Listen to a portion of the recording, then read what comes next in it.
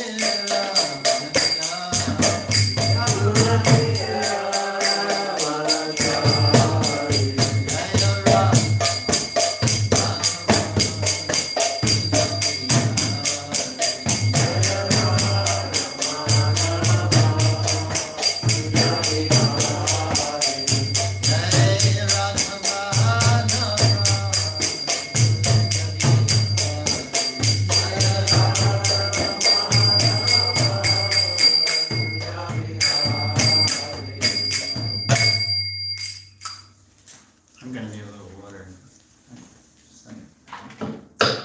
My throat's a little. Jaya Vishnupada Paramhamsa Paribrahma Vikacharya Srimad. His Divine Grace, A.C. Bhaktivedanta Prabhupada ki Jai. Grantaraj Srimad Bhagavatam ki Jai. Nitai Gaur Premanandi. All glories to the assembled devotees. All glories to the assembled devotees. All glories to the assembled devotees. All glories to Sri Guru and Gauranga. Glories to Sri Guru.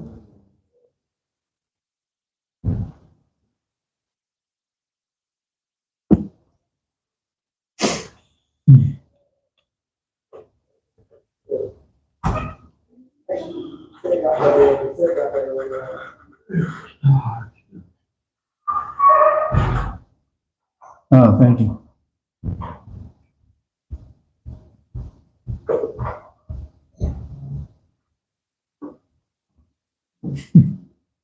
This would have been fine, but that's all right.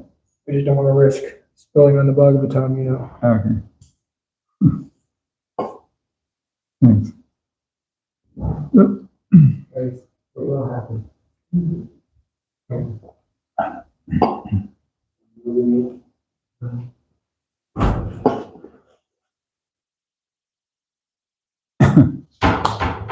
Om Namo Bhagavate Vasudevaya. Om Namo Bhagavate Vasudevaya. Om Namo Bhagavate Bhagavate Vasudevaya. Om Namo Bhagavate Vasudevaya. Om Namo Bhagavate Vasudevaya. Om Namo Bhagavate Vasudevaya. O my Lord, Sri Krishna, son of Vasudeva, of all-pervading personality of Godhead, I offer my respectful obeisances unto you. Reading from the Srimad Bhagavatam, translation and commentary by Srila Prabhupada. Canto 5, the Creative Impetus, Chapter 2, the activities of Maharaj Agnidra. Today's text number 7. Katvam chakirshasik chaking munivarya shaile. Katvam Chakishashikisham Munivarya Shaile. Mayasikapi bhagavat paradevataya. Mayasikapi Bhagavat Paradevataya. Vijay vibharshi dhanushi suhridatmanorte. Vijay Vivarsi Dhanshi Suradatmanorti. King Vamrigan Mrigayase Vipine Pramatta.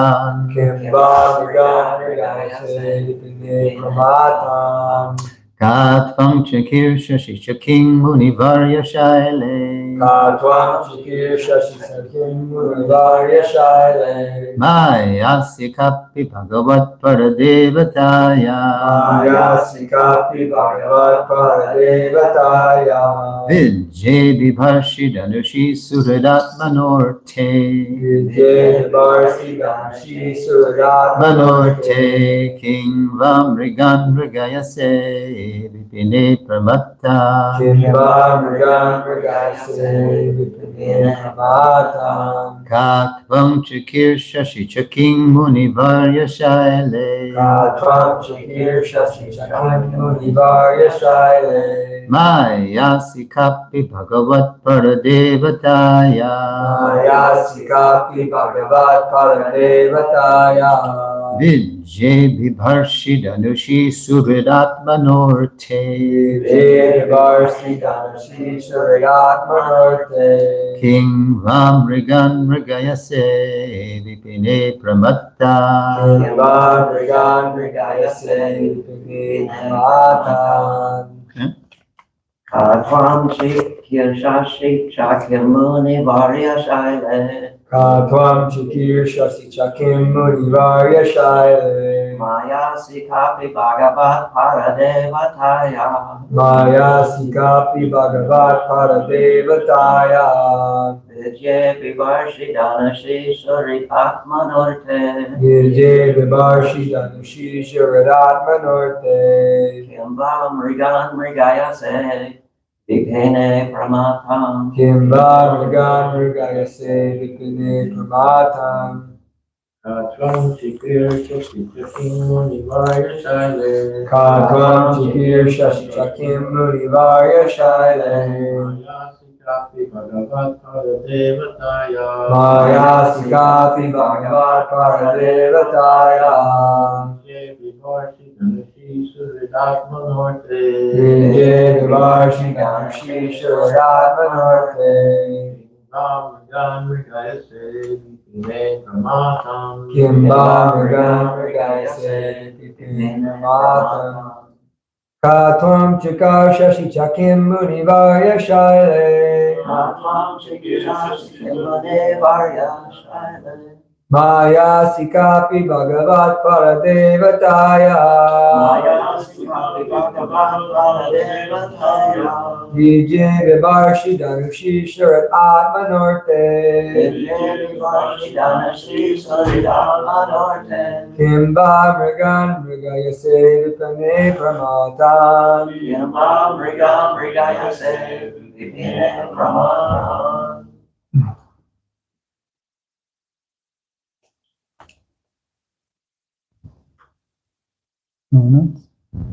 Okay. Word for word.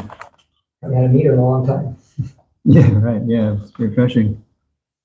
Ka, Ka, who, who, Tvam, Tvam, are you? are you? Chikirshasi, Chikirshasi, are you trying to do? are you trying to do? Cha, Ja, also. also. Kim, Kim, what? what? Munivarya, Munivarya, O best of Munis. O best of Munis, Shaile, Shaile, on this hill. on this hill, Maya, Maya, illusory potency. illusory potency, Asi, Asi, are you? are you, Kapi, Kapi, some, some, Bhagavat, Bhagavat, the Supreme Personality of Godhead. the Supreme Personality of Godhead, Paradevataya, Vardhanakaya, of the Transcendental Lord. of the Transcendental Lord, Vijay, Vijay, without strings. without strings, Vibharshi, Varshi, you are carrying. you are carrying, Dhanushi, Dhanushi, 2 bows. 2 bows, Suhrit, Surit,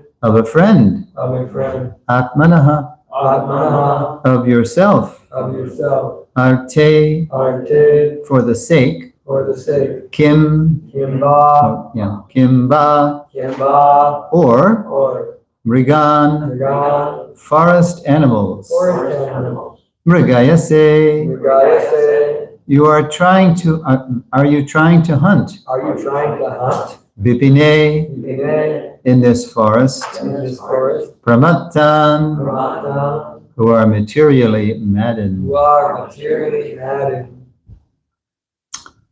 Translation, the prince mistakenly addressed the Apsara. Oh, best of saintly persons, who are you? Why are you on this hill? And what do you want to do? Are you one of the illusory potencies of the Supreme Personality of Godhead? You seem to be carrying 2 bows without strings. What is the reason you carry these bows? Is it for some purpose of your own, or for the sake of a friend? Perhaps you carry them to kill the mad animals in this forest. Please repeat. The prince mistakenly addressed the Apsara. The prince mistakenly addressed the Apsara.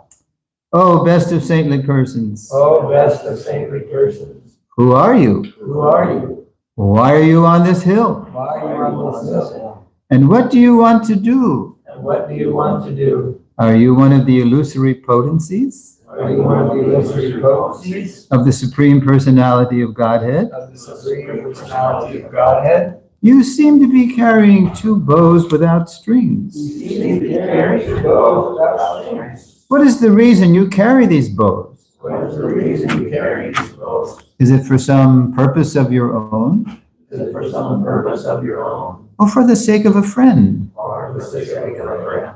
Perhaps you carry them to kill the mad animals in this forest. Perhaps you carry them to kill the mad animals in this forest. Or always crack me up a little bit. This is always kind of fun. Well, it's, yeah. It's very fun, very tragicomic, right? Srila Prabhupada's purport. While undergoing severe penances in the forest, Agnidra was captivated by the movements of Purvachitti, the girl sent by Lord Brahma.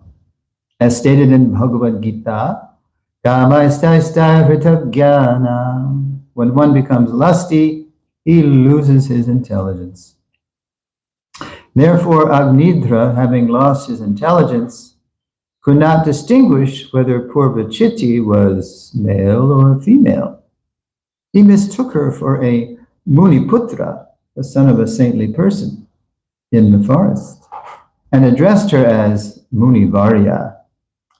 Because of her personal beauty, however, he could not believe her to be a boy. He therefore began studying her features. First he saw her 2 eyebrows, which were so expressive that he wondered whether he or she might be the Maya of the Supreme Personality of Godhead. The words used in this connection are Bhagavat Paradevataya. Devataha, the demigods, all belong to this material world, whereas Bhagavan, the Supreme Personality of Godhead, Krishna, is always beyond this material world and is therefore known as Paradevata. The material world is certainly created by Maya, but it is created under the direction of Paradevata, the Supreme Personality of Godhead. As confirmed in Bhagavad Gita, Maya Yakshena Prakriti Suyate Sacharacharam. Maya is not the ultimate authority for the creation of this material world. Maya acts on behalf of Krishna. Purvachiti's eyebrows were so beautiful that Agnidra compared them to bows without strings. He therefore asked her whether they were to be used for her own purposes or for the sake of someone else. Her eyebrows were like the bows meant to kill animals in the forest. This material world is like a great forest, and its inhabitants are like forest animals, such as deer and tigers, meant to be killed. The killers are the eyebrows of beautiful women. Captivated by the beauty of the fair sex, all the men of the world are killed by bows without strings, but cannot see how they are killed by Maya. It is a fact, however, that they are being killed. Bhutva, bhutva, praliyate. By dint of his tapasya, Agnidra could understand how Maya acts under the direction of the Supreme Personality of Godhead. The word pramattan is also significant. Pramatta refers to one who cannot control his senses. The entire material world is being exploited by people who are pramatta or vimudha. Prahlad Maharaj therefore said, Shochetato vimukacheta sa indriyartha maya sukaya bharamun vahato vimudhan. Quote, Maya Sukaya, illusory happiness. Quote, they are rotting in material activities for transient material pleasure and spoiling their lives, toiling all day and night simply for sense gratification, with no attachment for love of Godhead. I am simply lamenting for them and devising various plans to deliver them from the clutches of Maya. Bhagavatam 7.9.43. Karmis who act very seriously for sense gratification are always referred to in the Shastras by such terms as pramatta, vimukha, and vimudha. It's like mad, foolish, crazy. They are killed by Maya. However, one who is apramatta, a sane, sober person, a dhira, knows very well that a human being's primary duty is to render service to the Supreme Person. Maya is always ready to kill those who are pramatta with her invisible bows and arrows. Agnidra questioned Purvachiti about this. Very good. Srila Prabhupada ki jai. Om Ajnana Tivanandasya Jnananjana Shalakaya Chakshuru Militam Jena Tasmai Shri Gurave Namaha. I was born in the darkest ignorance, and my spiritual master was kindly opening my eyes with the torch of knowledge. I offer my respectful obeisances unto him. Okay. So, this is really heating up here. The pastimes getting pretty hot. Maharaj Agnidra, his austerities motivated not by transcendence, like his father Priyavrata. He was motivated by transcendence, by the grace of Narada Muni. But he was motivated by desires for sons and heavenly pleasures. So he's been captivated by Cupid, as yesterday's verse so exquisitely described. I was here watching the plates, and I heard Nitai say, "This is interesting that what did he say? That I've landed on this verse." Yeah, there you are. Yeah. But it's not just brahmacharis. This is for everybody. This is our predicament in the material world. We've come to enjoy, and it's ultimately about mating with the opposite sex. No matter what species you're in, it's all about eating, sleeping, mating, and defending. So his meditation disrupted, and his half-closed eyes now opened wide.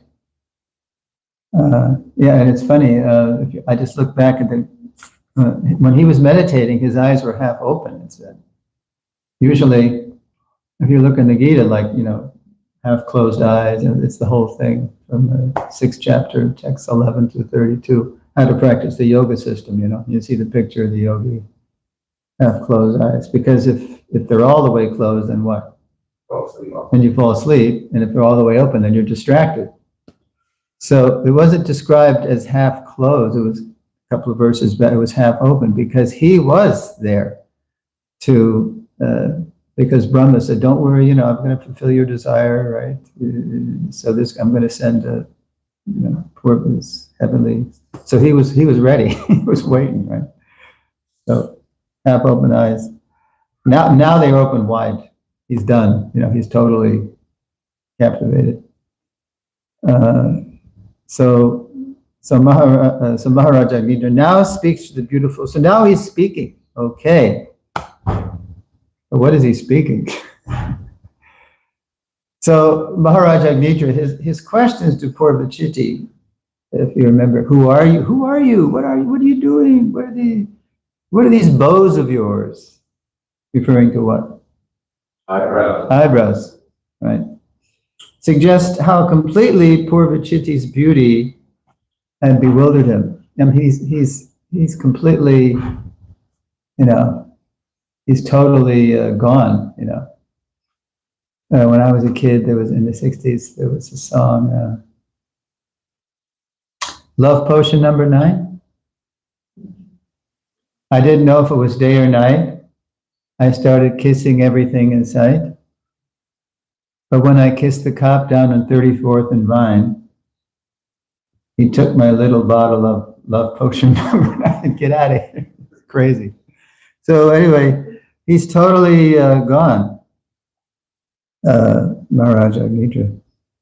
Now in his purport, Prabhupada reminds us that according to Bhagavad Gita 7:20, people who worship demigods, as Maharaj Nidra worshipped Lord Brahma. Yeah, he didn't go to Krishna, he went to Brahma.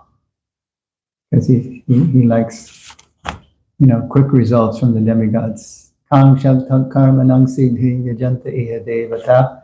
Kshipram, quickly. Men of small knowledge worship the demigods. No, what is it? 4:12. Anybody know that?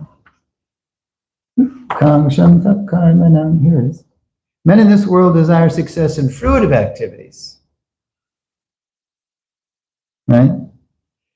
The quick pleasure, the cheap thrill, and therefore they worship the demigods. Quickly, of course, men get results from fruitive work in this world. Yeah, it's because you're afraid if you go to God, He might take it all away. Hari means one who takes away. St. Augustine, he was a saint, canonized by the Catholic Church, Augustine, and then making fun of how people pray, ordinary people pray. He said, "Oh Lord, please give me chastity, but not just yet." St. Augustine? Yeah. St. Augustine of Hippo? Hmm? St. Augustine of Hippo? I don't know, just St. Augustine, I don't know much about him. That's his quote. Okay. Yeah, so, but not just yet. In other words, I'm going to hang on to these materials. Please give me chastity, but not just yet. Hanging on to the material desires. So this is just a few lines from that purport 720. Men in this, because, so those whose intelligence has been stolen by material desires surrender unto demigods and follow the particular rules and regulations of worship according to their natures. So in the purport, I'll just read some relevant lines. Less intelligent people have lost their spiritual sense. Take shelter of demigods for immediate fulfillment of material desires. That's why Lord Shiva is so popular, right? Easily angered, but easily pleased too. Generally, such people do not go to the Supreme Personality of Godhead because they are in the lower modes of nature, ignorance and passion, and therefore worship various demigods. Following the rules and regulations of worship, they are satisfied. The worshippers of demigods are motivated by small desires and do not know how to reach the supreme goal. But a devotee of the Supreme Lord is not misguided. And then Prabhupada goes on. Takes the purport in another direction. Okay. So bewildered was, oh, by the way, Nita, yesterday you were, how were you pronouncing his name? I think it was, I don't know. You were saying Agnidhar. Agnidhar. I don't know if I have the name. It's Agnidhra. Agnidhar. Agnidhra, yeah, not Dhar, yeah. Yeah, just for the record. So bewildered was Maharaj Agnidhra that he mistook Purvachiti for the son of a saint. He didn't know if he was a boy or a girl, right? He was just totally bewildered. Addressing her as, oh, best of saintly persons. Yeah, Sadhuvarya or whatever it was. So beautiful was Purvachiti that Maharaj Agnidhra began studying her feature. Wait a minute, who is this? What is this? Yeah. So he began looking at her, especially captivated by her eyebrows. I mean, there's a whole industry in America. Eyebrow pencil, and what do you do? And weaving, threading eyebrows. It's a big deal. Yeah. So raising his eyebrows, Lord Shiva. This is familiar to me. This isn't the first time I'd heard this thing about eyebrows being so being captivating. Or we even have this expression, such and such speech or activity, raised eyebrows. So that can be raised eyebrows can mean it annoyed people, like it annoyed the Prabhupada's godbrothers when he was sitting on an equal level with Srila Bhaktisiddhanta, because Bhaktisiddhanta insisted he sit with them, and they were saying, "Who is he? Who is he to sit on the same level as Guru Maharaj?" So it raised their eyebrows. But that's annoying. It annoyed them. But raising eyebrows can also be a provocative thing. So raising his eyebrows, for example, Lord Shiva indicated to his wife, Sati, that she should not go to the house of her father, Daksha. Early in the fourth canto, they don't hold Daksha pastime. So when she was insisting, she wanted to go, for the big sacrifice and at the house of Daksha. Lord Shiva raised his eyebrows, it's said in the verse. Yeah. But later in the Bhagavatam, this is in the 10th canto, 55th chapter, there's a character named Mayavati. And she looked at Pradyumna lustfully with raised eyebrows. So it can also be like a come on, a provocation like that. Now because Chandrika is in the audience, I want to ask you, Chandrika. I know when Chandrika does her dances, she uses a lot of expressions and movements.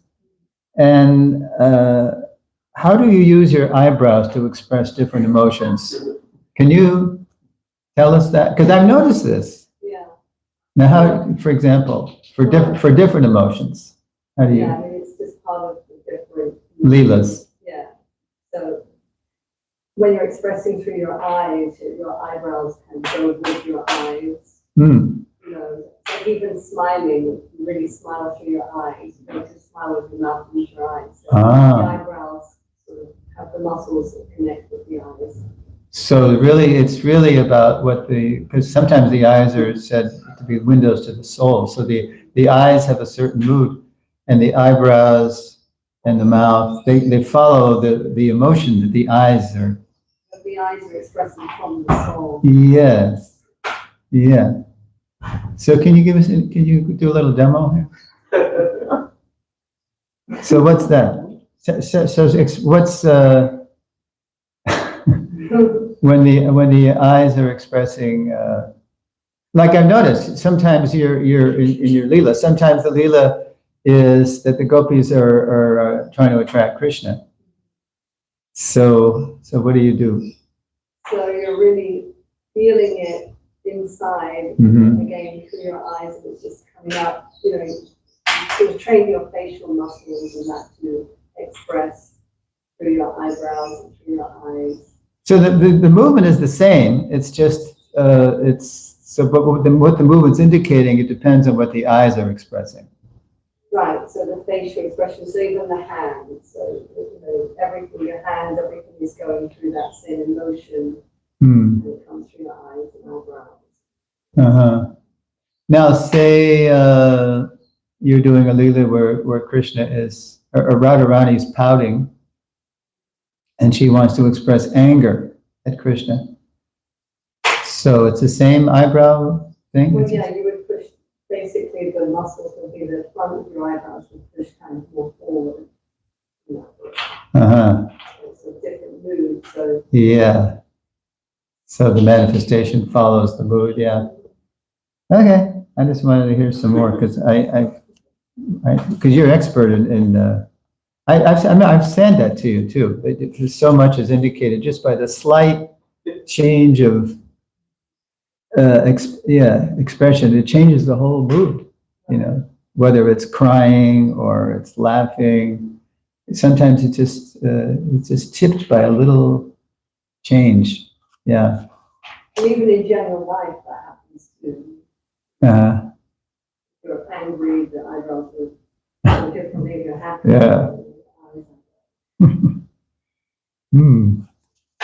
Okay, thank you for that.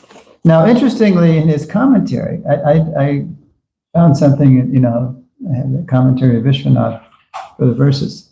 Now, this is very interesting in his comment. You don't get this from Prabhupada's purport, but Prabhupada obviously looked at the commentary, but chose not to choose to incorporate something that Vishwanath says in his purport. But Vishwanath in his purport says in his commentary that Vishwanath Chakravarti Thakur, by the way, says Maharaj Agnidra only appeared to be stunned, only appeared to be bewildered by Purvachita's beauty. Actually, according to Vishwanath, Agnidra was faking surprise, faking astonishment, faking being stunned, in order to, quote, display his expertise at seduction. So this was just part of his way of trying to attract her more. Like he's been attracted to her, and now he wants to attract her to him. So this is his way of chatting her up, according to Vishwanath Chakravarti Thakur. He wasn't really stunned. Still, Purvachiti was so alluringly beautiful, says Vishwanath, that her appearance, quote, made a door for Cupid to enter the mind of a man. So she had, she was so beautiful that he was, at the same time that he was trying to chat her up, but he was a goner, yeah. So he was, she was attracting him, and now he's trying to attract her. When Maharaj Agnidra saw her, this is still Vishwanath, bow-like eyebrows,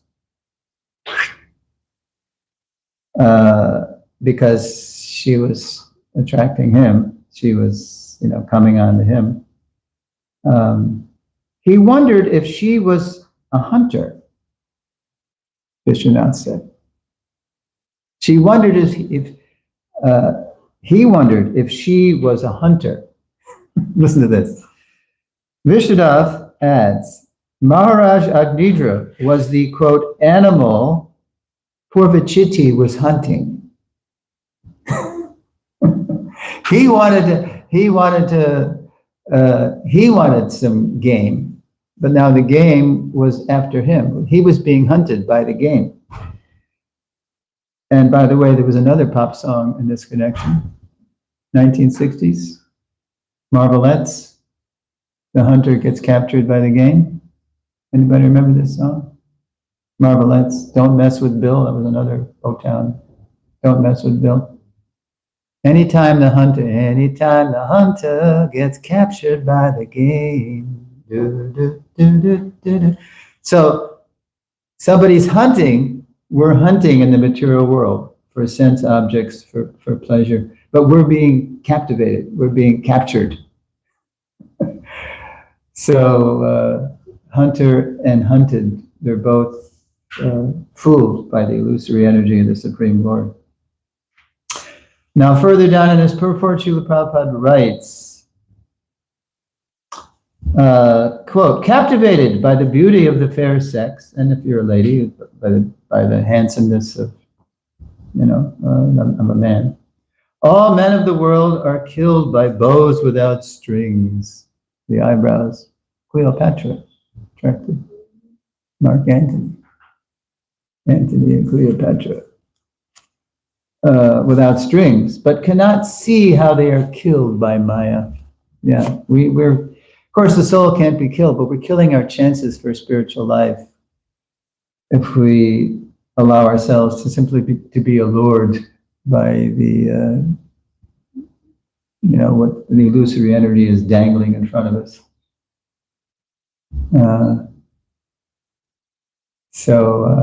This reminds me of Gargamuni, my godbrother, who's still with us, lives in Vrindavan. He said when he was a sannyasi, I don't know how he feels now, but when he was in the sannyas order, he said whenever he would see a beautiful girl, he would immediately look for an old woman and preach to himself, that's what she's going to look like in 30 years or whatever.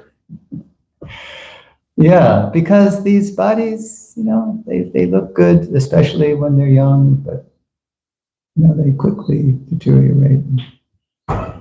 Yeah, the way it is. So as Maharaj Agnidra was bewildered by the Lord's illusory potency. So, now I'm preaching to myself. Oh, yeah, the illusory potency embodied in this pastime by Purvachiti. So I will remain bewildered if my motive is to enjoy Krishna's material energy, even while ostensibly practicing pure devotional service. Yeah. Who was it? Where's, I just saw, is Divya Singh is still here? No? He was here. Yeah. Divya asked me a question the other day, and he said,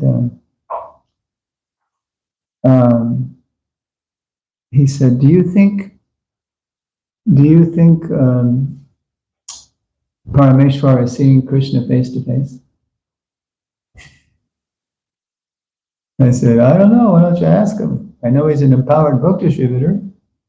And then I told Parameshwar what Divya had said, and Parameshwar laughed. And I said, but I know you are an empowered book distributor, Parameshwar, because the way you just disarm everybody in Sankirtan by your purity. And then I cited a purport.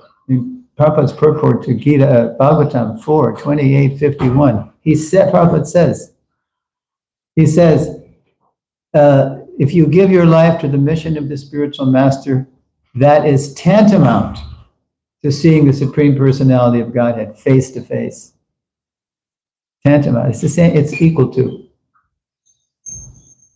And then when I told Parameshwar that, he said, yeah, because when you do that, when you give yourself to the mission of the Guru, then Krishna, he feels so what is the word? Obliged. Obliged, yeah, but I mean, obliged, yeah, in the right way. Not that we can force Krishna, but we endear ourselves to Krishna so much that he does reveal himself in due course of time. So anyway, yeah, even while practicing Krishna consciousness, am I really practicing? How am I, or am I just trying to enjoy the material world through Krishna consciousness?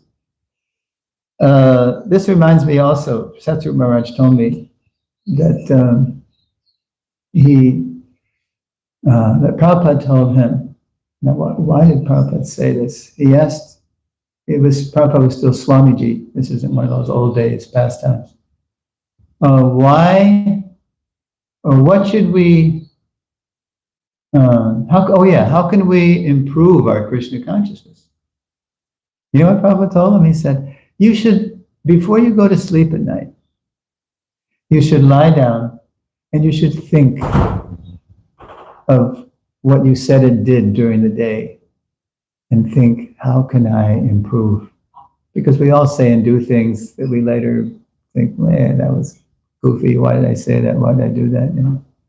So Prabhupada encouraged reflection, taking inventory of yourself like that.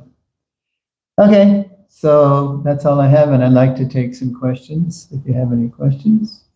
Should I read the verse again? You have a question. Yes. I don't have a question, but I do have a comment about Yes. eyebrows. Eyebrows. Okay, right from the lady who has do you have pencil eyebrows? Or No, you don't have them? they're all natural, Prabhu. They're all natural. Good for you.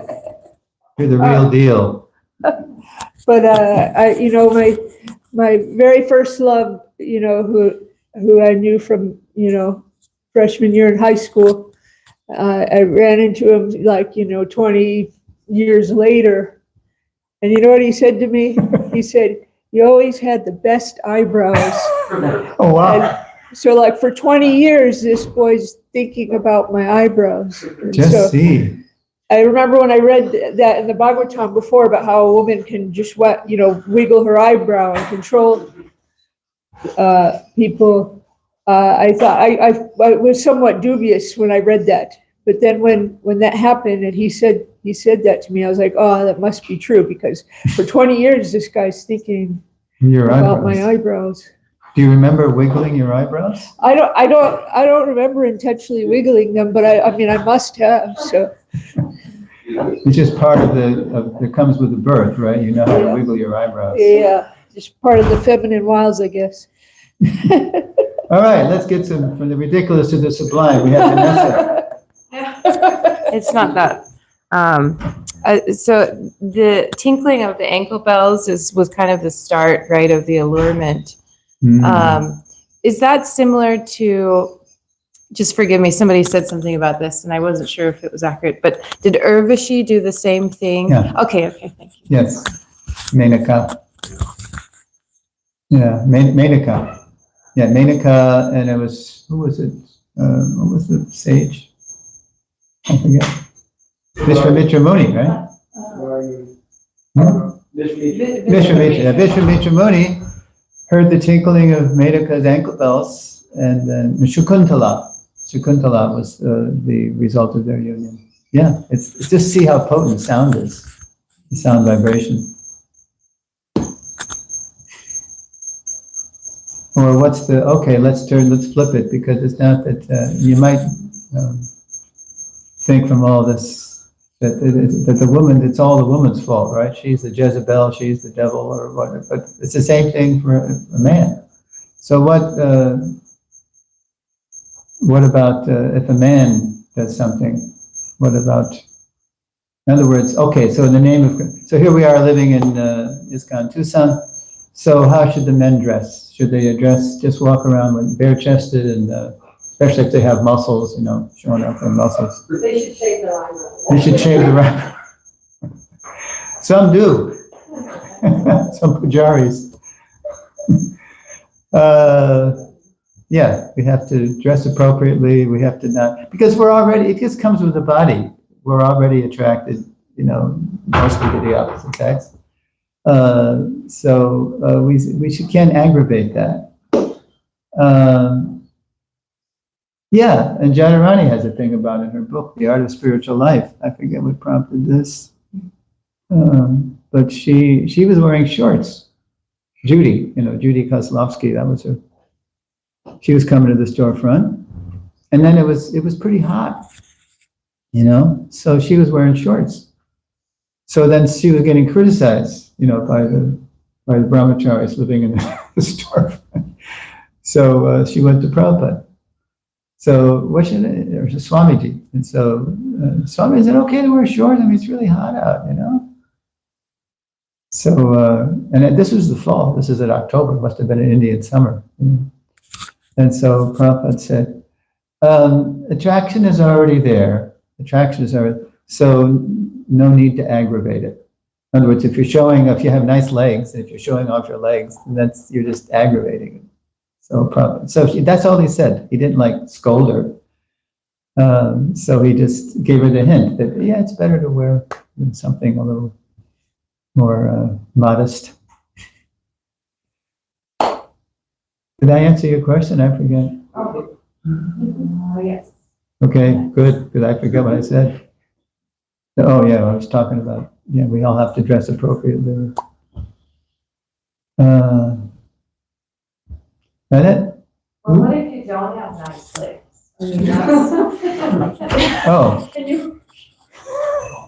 Then, Don't.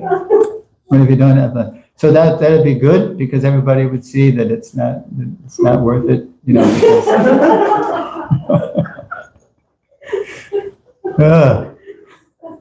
it's not worth it getting attractive. She didn't have nice legs.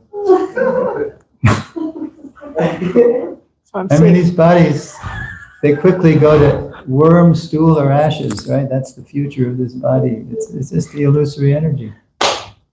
I used to look nice when I was but now I look like a wrinkled old man.